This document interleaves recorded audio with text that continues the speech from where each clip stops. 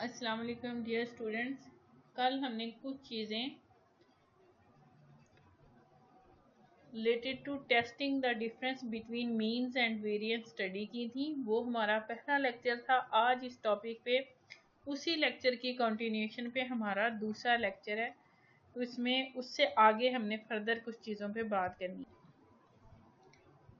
Example एक देख लेते हैं। An instructor hypothesises that the standard deviation of the final exam grades in her statistics class is larger for the male students than it is for the female students.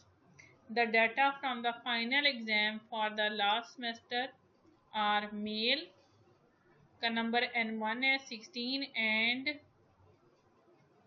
उसका जो standard deviation है वो क्या है 4.2, और जो females का है डेटा उसमें नंबर है 18 और स्टैंडर्ड डेविएशन है 2.3।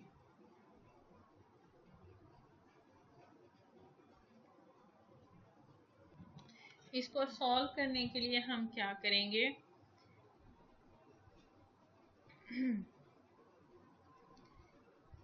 पहला step, state the hypothesis and identify the claim. Null hypothesis क्या है कि वेरिएंस 1 इज स्मॉलर देन और equal to variance 2। Alternative hypothesis क्या है, variance 1 is greater than variance 2। Step 2, find the critical value. ये degree of freedom males and female students के लिए क्या है, 16 minus 1 is equal to 15 and 18 minus 1 क्या आ जाएगा 17। फॉर अल्फा 0.01, ये आप स्टेटिस्टिकल टेबल में देखेंगे, जो यहाँ पे एफ की वैल्यू है 15 और 17 पे, अल्फा 0.01 पे वो है 3.31, यानी कि जो टेबुलेटेड वैल्यू ऑफ एफ है वो 3.31 है। कैलकुलेटेड वैल्यू आपने ये वैल्यूज फार्मूला में लगा के निकाल लेनी है, और आपकी कैलकुलेटेड वैल्यू जो है वो यहाँ पे आप देख सकते हैं वो आ रही है 3.33। तो आपकी जो टेबुलेटेड वैल्यू है वो 3.31 है, जबकि कैलकुलेटेड क्या है 3.33। तो अगला स्टेप आपका क्या होगा, अपनी डिसीजन करना है। उसमें क्या है कि आपकी नल हाइपोथेसिस रिजेक्ट हो जाएगी। क्यों? क्योंकि आपकी कैलकुलेटेड वैल्यू 3.33 जो है वो ग्रेटर देन है 3.31 से। अब आपने पांचवें स्टेप में रिजल्ट कैसे समराइज करना है, there is enough evidence to support the claim that the standard deviation of the final exam grades of the male students is larger than the female students। और इस तरह से ये आपका पूरा सॉल्व होगी ये example. Next is testing the difference between two means. कब? स्मॉल इंडिपेंडेंट सैंपल्स के लिए। ये हम कैसे कर सकते हैं, when the sample sizes are small, यानी कि लेस देन 30 है, and the population variance are unknown, variance known नहीं है, and T test is used to test the difference between means. तो क्या होगा, the two samples are assumed to be independent and the sampling populations are normally or approximately normally distributed। जबकि हमने ये कहा था कि जब सैंपल साइज 30 से या 30 या उससे बड़ा हो और वेरिएंस नोन हो तो फिर हम जी टेस्ट लगाते हैं। अब अगर वेरिएंस अननोन है, सैंपल साइज 30 से कम है, तो आपने टी टेस्ट लगाना है। There are two options for the use of t-test। वो क्या है, when the variance of the populations are equal and when they are not equal। अब यहाँ पे वेरिएंस पहले से नोन नहीं है, तो इसका मतलब है आपने वेरिएंस खुद कैलकुलेट करना है और फिर उसको एफ टेस्ट लगा के उनका कंपैरिजन भी करना है, जैसे हमने पिछली एग्जांपल में किया है। उससे फिर आपको पता चलेगा कि वेरिएंस इक्वल है या नहीं है। उसके बाद फिर आपने जाना है कि आपने टी टेस्ट को कौन सा लगाना है। The F test can be use to establish whether the variance are equal और नॉट। फार्मूला क्या होगा, अगर वेरिएंस अनइक्वल आए हैं तो ये फार्मूला आपके सामने है, ठीक है।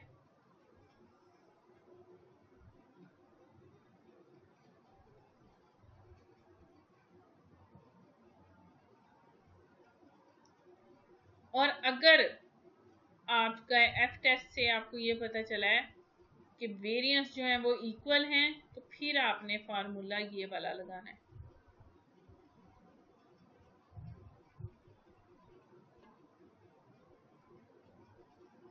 एग्जाम्पल देख लेते हैं। The average size of a farm in Waterloo country is 199 acres and the average size of a farm in Perth country is 191 acres. Assume the data were obtained from two samples with standard deviation of 12 acres and 38 acres respectively, and the sample size are 10 farms from Waterloo country and 8 farms in Perth country. Can it be concluded at alpha 0.05 that the average size of the farms in the two countries is different? अब हम इसको solve करने के लिए क्या करेंगे। Assume the populations are normally distributed. अब पहला काम क्या करना है, first we need to use the F test to determine whether or not variances are equal. The critical value for the F test for alpha 0.05 या 5% के लिए कितनी है, 4.20, कि जो बिल्कुल वैसे ही जैसे हमने इस लेक्चर के स्टार्ट में डिग्रीज ऑफ फ्रीडम निकाली हैं, 5 स्टेप्स फॉलो किए हैं। यहाँ पे अगेन आपने पहले एफ टेस्ट लगा के उन 5 स्टेप्स को फॉलो करके उसके बाद आपके पास जो कैलकुलेटेड वैल्यू है वो आ जाएगी 10.03, जबकि टेबुलेटेड वैल्यू है 4.02। और आपको पता है कि जब कैलकुलेटेड वैल्यू ग्रेटर होती है तो फिर क्या होता है, हम नल हाइपोथेसिस रिजेक्ट कर देते हैं और यहाँ से हमें पता चला है कि वेरिएंस जो है वो फिर इक्वल नहीं है।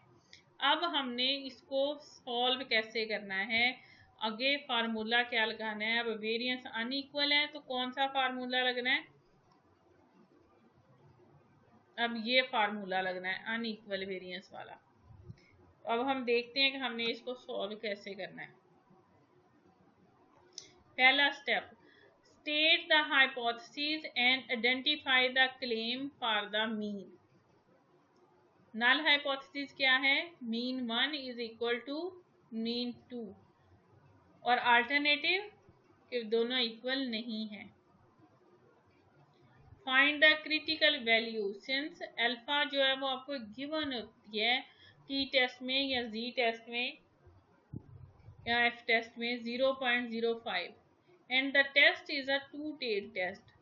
The critical values are t is equal to minus plus 2.365 with degree of freedom 8 minus 1 is equal to 7.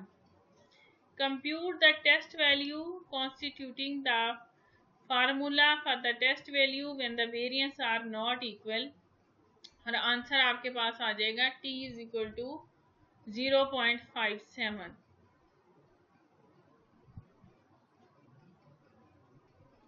Make the decision. Do not reject the null hypothesis because the calculated value is smaller than tabulated value. Step 5. Summarize the result. There is not enough evidence to support the claim that the average size of the farms is different. Note, if the variance were equal, use the other test value formula. अब आपके पास कोई भी data आ जाए जिसमें variance equal आ रहे हूँ या unequal आ रहे हूँ, तो आपको अब अंदाजा हो जाना चाहिए कि किस वक्त कौन सा फार्मूला टी टेस्ट का लगना है।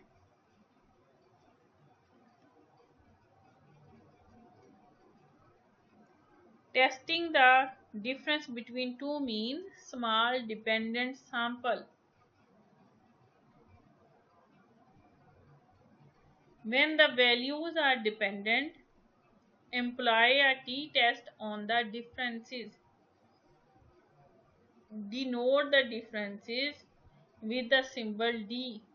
The mean of the population of difference with mu D and the sample standard deviation of the differences with SD.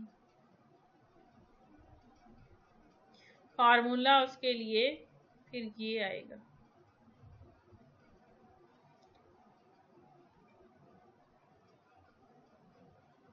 और बाकी जो इसकी सिमिलैरिटी है वो कैसी होगी, दिस टेस्ट कैसा होगा, similar to simple T test या वन सैंपल टी टेस्ट, जिसके लिए साथ हमने एक हमारे लास्ट वीक के लेक्चर में किया था कि मीन गिवन होता है और हमने उसके बराबर देखना होता है कि कैलकुलेटेड मीन उसके बराबर आ रहा है या उससे कम ज़्यादा आ रहा है।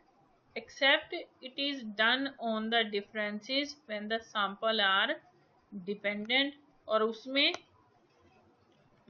वैल्यू जो सैंपल की होती है उस पे लगाया जाता है। ये स्टूडेंट्स आपकी अंडरस्टैंडिंग के लिए कि आपने टेबुलेटेड वैल्यू जो एफ टेस्ट के लिए है वो कैसे देखनी है।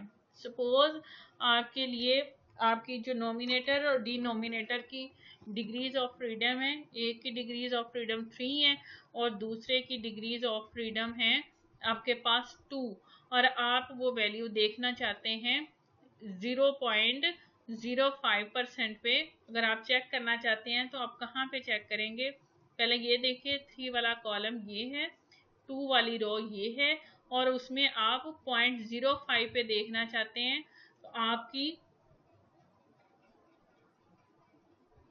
ये वैल्यू होगी टेबुलेटेड। एफ टेस्ट में यानी कि वैल्यूज को ऐसे चेक करते हैं, और इसलिए इसके बाद जितनी भी बड़ी मर्जी डिग्रीज ऑफ फ्रीडम हो, आपको मैंने टेबल्स पहले से सेंड किए हुए, तो आप वहां से चेक कर सकते हैं। अगर आपने टी डिस्ट्रीब्यूशन के क्रिटिकल वैल्यूज चेक करनी हो, ये टेबल थोड़ा डिफरेंट होता है। इसमें इस तरफ कॉलम में डिग्रीज ऑफ फ्रीडम दिए होते हैं और ऊपर रो में क्रिटिकल वैल्यू दी होती है। अब सपोज आप 5% पे या 0.05 पे वैल्यू देखना चाहते हैं 6 डिग्रीज ऑफ फ्रीडम की, तो वो क्या आएगी, 0.05 यहाँ है और 6 यहाँ है। तो आप यहाँ पे पैरेलल आएंगे और 0.05 या 5% पे टी की जो टेबुलेटेड वैल्यू है वह है 1.943। इस तरह से आप किसी भी डिग्रीज ऑफ फ्रीडम के लिए किसी भी जो क्रिटिकल वैल्यू है उस पे चेक कर सकते हैं। ये याद रखिएगा, क्रिटिकल वैल्यू जितनी छोटी होगी आपके एरर का चांस आपके रिजल्ट में उतना कम होगा। यानी कि अगर आप 0.05 पे या 5% पे चेक करते हैं तो वो एरर का चांस जो है वो कंपैरेटिवली कम है, बजाय इसके कि अगर आप वैल्यूज को चेक करें 0.25 के ऊपर या आपका ये 2.5% के ऊपर, अगर 25% के ऊपर अगर चेक करेंगे तो उसमें एरर का चांस जो है वो कम होगा। इसमें 0.05 या 5% पे चेक करने का मतलब ये होता है कि आपका 95% एक्यूरेसी का चांस है और एरर का चांस जो है वो जस्ट 5% है। तो जैसे जैसे आप क्रिटिकल वैल्यू बढ़ी लेती जाएंगे तो ऐसे ऐसे आपका एरर का चांस जो है आपके रिजल्ट में वो ज़्यादा होता जाएगा। अब ये जितनी एग्जांपल्स हमने इस लेक्चर में डिस्कस की हैं, आपने उनको कॉपी पे लिख के खुद सॉल्व करके देखना है, और फिर अगर उसमें से किसी चीज़ की ना समझ आए तो आप पूछ सकते हैं। आपसे मैंने ये पहले भी कहा था कि आपने ये एग्जांपल सॉल्व करके मुझे दिखा दें एक दफ़ा व्हाट्सएप पे, लेकिन फ़िलहाल किसी स्टूडेंट ने नहीं दिखाई, तो इसको काइंडली कंसीडर करें, वरना पेपर में मुश्किल हो जाएगी आपके लिए।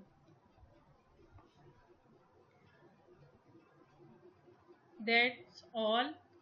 Thank you very much students and good luck. अल्लाह हाफिज़।